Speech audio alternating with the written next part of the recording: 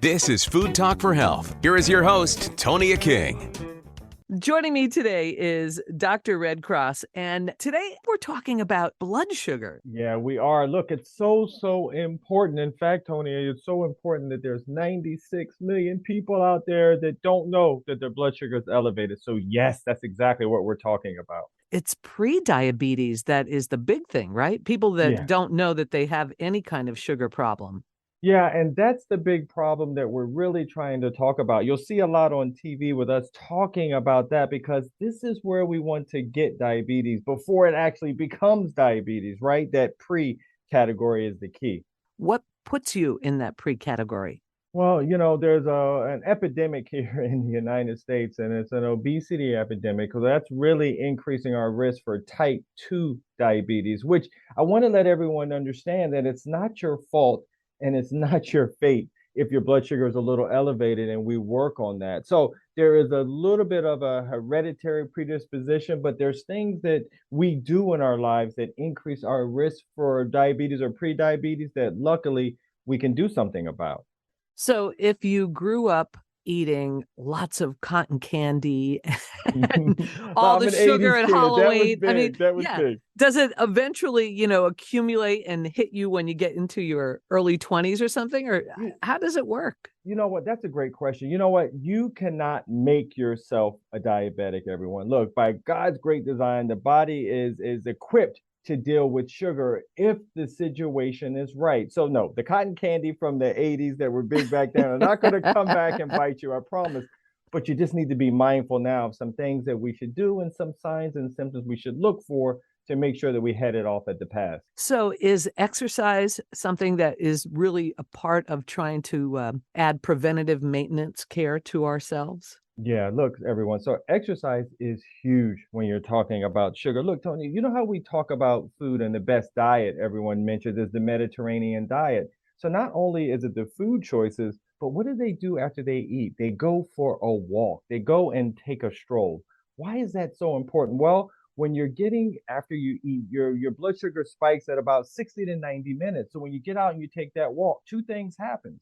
Not only does it decrease the blood sugar, but it decreases the resistance of insulin in our bodies. In other words, it kind of wakes our body up to make sure that sugar goes where it should go into our cells and not to stay in our bloodstream. So yes, exercise is incredibly important, especially when we're trying to manage our blood sugar. And of course, diet as well. As we say, food is medicine. Yeah. Besides trying to stay away from, actual sugar, what are the other things that we should think about taking Well, out of our diet or maybe adding in? Well, adding in, and I'm so glad you mentioned that when you mentioned specifically the diet. Look, there are some things, some herbs and spices that we should know about that don't treat diabetes directly, everyone, but can support your blood sugar. For instance, there's two in particular. There's cinnamon, also called sweetwood. We all are familiar with cinnamon. We know that cinnamon is actually from a bark. But there's another bark you may not know about that's called berberine. It's the bark of the golden seal and a couple of other plants.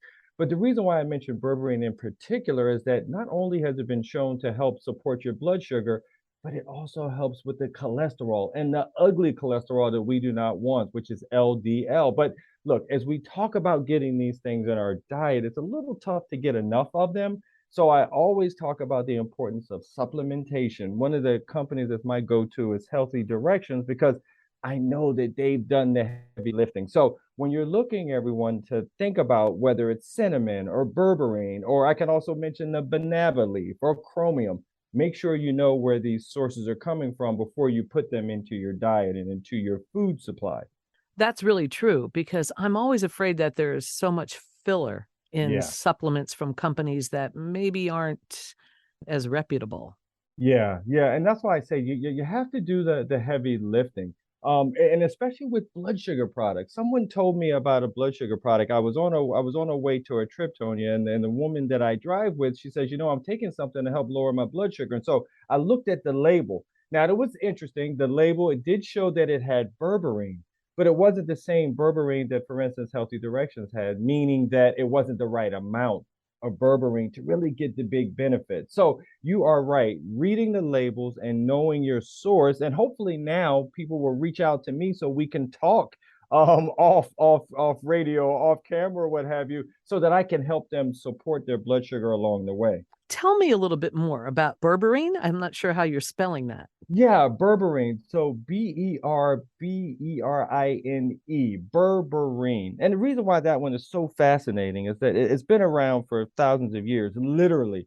I also like the fact that it helps not only with the sugar, but also the cholesterol, as I mentioned, because Tonia, that tends to be a problem that goes with blood sugar, right? An elevated cholesterol along with it. So to be able to add something like that, in addition to Western medicine when it's necessary, is fine. But once again, everyone, we're talking about the 96 million of you who may be listening who do not have diabetes yet, but we're trying to stave it off by supporting your blood sugar before we get there. So is that available as a powder, as a supplement, as a liquid? Tell me more about that. I'm fascinated by what berberine is. Yeah, so look, berberine, everyone, is there as a supplement. As I mentioned, berberine is interesting in that it's in the bark of the golden seal, another plant called the Oregon grape, another one called barberry. So you see that you Ah, can get it from the bark, but you can't eat enough bark to get the right. benefits, obviously, of berberine. And so I like some of these new things that come with me being a Western trained physician that I can marry with the herb world, with the world where I'm like, gosh, I didn't get this in medical school. And so it's good to be able to look at the science and see how berberine works, see how cinnamon kind of does its thing, and the same also, I mentioned the banana leaf. I learned the banana leaf. There were friends of mine who were from the Philippines. They know about the banana leaf or in Asia and so forth. So the good thing is we have some things we've talked about, such as the exercise, we're talking about diet, and now we're talking about also boosting with supplementation. With companies like I mentioned with Healthy Directions, there's some other companies that you guys can look into. The point is, read the data, read the research, and know your source. It's interesting what you said a little while ago about, oh, I didn't learn that in medical school. Yeah. That seems to be a key factor, what I've found in talking with a lot of other people, that I don't know how much nutrition played in your medical education. Did it really Yeah. play much, or is it just coming to the forefront now? That's even a better question. It's funny. I'm going to date myself, everyone, because when I was in medical school many moons ago, a couple of decades ago, literally, we had 1 week of nutrition. One Wow. week. Now, granted, I will say the schools are better now, right? We're learning. Hence, I'm on your show today, Tonia, to talk about things like berberine, banana leaf, chromium, all these things that we never would have talked about when I was in training. Right. So we're getting there. It's taking a minute, it's taking a little bit of time, but we're getting there slowly. So you're right. My training was not so robust in nutrition. It's a bigger, greater interest now, especially for a lot of you and my patients who want this and want me to do the research. Some of the things that would help us maybe identify if we're in that pre-diabetes category or maybe even in the full diabetes category would be what? For example, Well, changes in your vision Well, or that's a big one. So look, so there are probably three or four things that I want to leave you all with to just say, maybe Doc has a point. So look, we're in the holiday season, three sugary holidays right amongst us, right? We have Halloween, we're gonna eat have that, we have Thanksgiving, we have Christmas. So make sure that you're thinking of these four things. Number one, you mentioned already blurred vision. That's a big one, Tonya, just because, the blurred vision with someone with an elevated blood sugar kind of comes and goes, everyone. So when you're thinking about that, not just blurred vision, like, hey, I need to change my prescription, but it's almost related to food. It's related to when you have too much blood sugar, and then all of a sudden you're like, gosh, my vision. So please don't blow it off. The other one is fatigue. Fatigue is a big one because sugar is an energy molecule. And so when your sugar is really, really elevated and your body can no longer use it, what starts to happen is your body draws from other areas to get that energy, which makes you fatigued. So don't just blow that off as saying, like, hey, it's the holidays, I'm working a lot and I'm tired. So make sure you can reach out to your doctor there. The other two are increased urination and thirst. And I mentioned them kind of together because when you have the increased urination, that's from your blood sugar levels being too high. And then therefore that sugar is going to your bladder and you're urinating it all out. My guys will typically blow that off, Tony, and say, "Oh gosh, doc, I think I was just having a problem with my prostate." I say, "No, no, no. Think about other reasons besides just that as well." And the thirst is also a big one. Look, thirst is a fascinating thing when you do your research on thirst. It's up in the hypothalamus, which is in our brain, everyone, where the thirst center lies. The reason why it's so key is it's the biggest indicator to tell you something is off with your balance, with your sugar in particular in this case. So do not blow these off because it's the holidays. And because it's the holidays and we're having increased sugar, I hope everyone has a little bit of a heightened sense of awareness of some of these symptoms. It's interesting that you mentioned thirst because that makes me think of being dehydrated. Yeah, yeah, and that's exactly what sugar does, right? So if you think about it, everyone, you have your blood circulating. Now imagine a whole bunch of molecules of sugar there. What is the sugar doing? It's pushing out water. It's pushing out that water. And where's that water going? To your bladder. And where's that going? It's going into the toilet because you are urinating all day because the sugar's too high. So it's this cycle that just happens over and over. And I figured that this was the best time for us all to come together to talk about it during the holidays because that's when we're going to be loaded with sugar, at least potentially, throughout this season for the next 3 months or so. If somebody wants to get a blood test to determine their sugar level, is there a certain range that you would suggest Yeah. to be in to know that you're in the safe part of things? Yeah, so look, guys, so there's two ways to think about this. So if you go to your doctor and you get what we call a fasting glucose, a fasting blood sugar, if that is over 126 or equal to or over 126, that is a diagnosis of diabetes. Now, let's say you just run in the doctor, you've already eaten, and now you get your blood test. You're like, well, doc, I'm not fasting.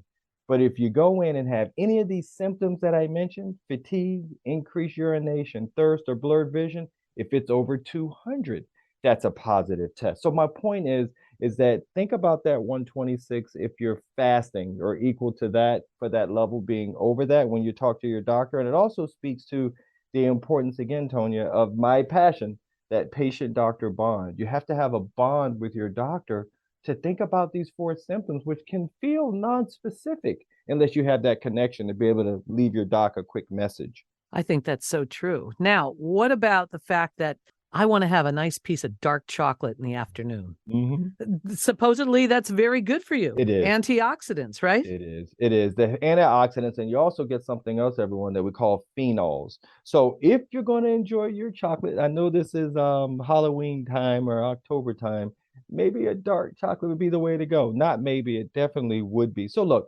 once again, that was why it was key when I said, look, it's not your fault and it's not your fate if your blood sugar is a little elevated. You can still live, okay? It doesn't mean you can't have that little bit of dark chocolate. It's just about balance. And that's what we're talking about when we're trying to look at these symptoms and signs. We want balance. And when our bodies aren't balanced and those symptoms are maybe seeming like something, come into your doc and let's see what your sugar looks like. Does this make you a proponent of, say, the keto diet where they want to take all the carbs out because carbs obviously turn into sugar? Yeah, and one of the things I've learned, so I talk about kind of the Redcross diet, right? My diet is 60, 40, 20, everyone. That's the way I live my life and I talk to patients. And now all of you are my patients and family now too. So that's 60 grams of carbs, 40 grams of protein, and 20 grams of fat. What does that matter? For me, that's balance. Therefore, when you think about that, when you think about 60 grams of carbs, that's something that's reasonable for every day and so forth. So I don't necessarily go keto directly. I don't want to put labels on things because everybody can sometimes it could be a lot of pressure for people. Hmm. I just think about my 60, 40, 20. Like I said, I tease and call it the Red Cross method because it's all about balance. And those fats, for instance, are healthy fats, avocado, nuts. Those carbs, for instance, once again, healthy carbs. We're talking beans, we're talking rice, not white rice necessarily. But my point is, all that's about balance. And I would love to talk to all of you about that. Reach out, say hello, ask questions, because when you're thinking about food being medicine, just like you said so well, food actually is medicine. And when you think about it that way, you can manipulate food to not make sure you can enjoy it so you can have that chocolate and also live longer and live healthy as well. We're talking with Dr. Ken Redcross. Do you have a website where we can find out more information about you and what your research has found? Oh, sure, sure. So reach out, feel free. It's drkenredcross.com. All of my social media handles are at Dr. Ken Redcross, and I really and truly mean it. Feel free to reach out, ask questions, say hello, and let's talk. I really appreciate you taking some time to chat with me today, Dr. Redcross. Oh, no, thank you for having me on the show. And once again, everyone, it's so great to have this time with you and bond together and make sure you recognize you deserve the best with your patient-doctor relationship. Sounds like a plan. Thanks again. Thank you for having me on. Take care. Have a blessed day, everybody. You've been listening to Food Talk for Health with Tonia King. Thanks for joining us. Eat well to be well.